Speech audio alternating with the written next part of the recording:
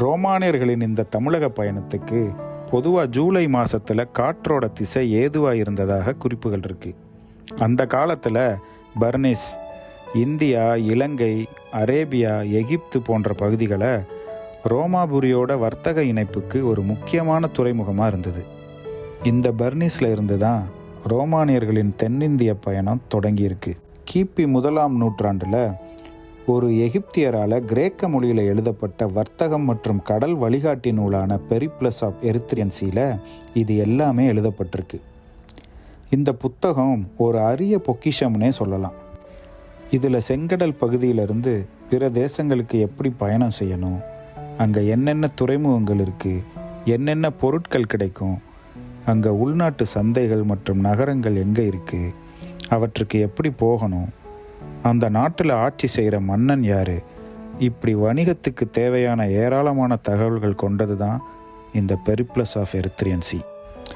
இந்த பயணத்தோட இறுதியில் முசிறிக்கு வந்து சேர்ந்த ரோமானியர்கள் முதல்ல முசிறியில் வர்த்தகத்தை முடிச்சுக்கிட்டு பாண்டிய துறைமுகங்களான தொண்டி மற்றும் நெற்கிண்டாவுக்கு சென்று வணிகத்தில் ஈடுபட்டிருக்காங்க. நெற்கிண்டாங்கிறது சிற்றரசான ஆய் நாட்டின் துறைமுகம்னும் சங்ககால சேர துறைமுகமான நீலகண்ட நகரம்னும் அறிஞர்கள்கிட்ட வெவ்வேறு கருத்துக்கள் நிலவுது. இதை அறுதியிட்டு சொல்ல முடியாட்டினாலும் பெரிப்ளஸ் எழுதப்பட்ட காலத்தில் இந்த துறைமுகம் பாண்டிய கட்டுப்பாட்டில் இருந்ததுன்னும் இங்கே இருந்து தான் மிளகு செங்கடல் துறைமுகங்களுக்கு ஏற்றுமதி செய்யப்பட்டதுன்னு உறுதியாக சொல்லலாம்.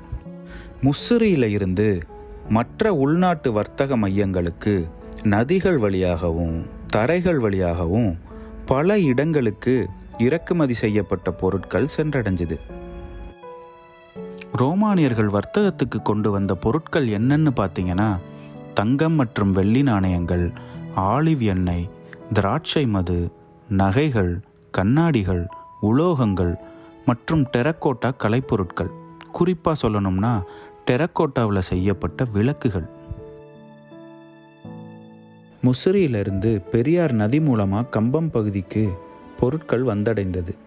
அங்கிருந்து மலைகள் காடுகளை கடந்து தாண்டிக்குடி வழியாக மதுரை பகுதிக்கு தரை வழியாகவும் வைகை நதியில் படகுகள் மூலமாகவும் பொருட்கள் கொண்டு வரப்பட்டது. இந்த வீடியோ பிடிச்சிருந்தா கீழே இருக்க லிங்கை கிளிக் பண்ணி இதனுடைய முழுமையான வீடியோவை பாருங்கள். மறக்காமல் நம்ம சேனலுக்கு சப்ஸ்கிரைப் பண்ணி உங்களுடைய ஆதரவை கொடுங்க.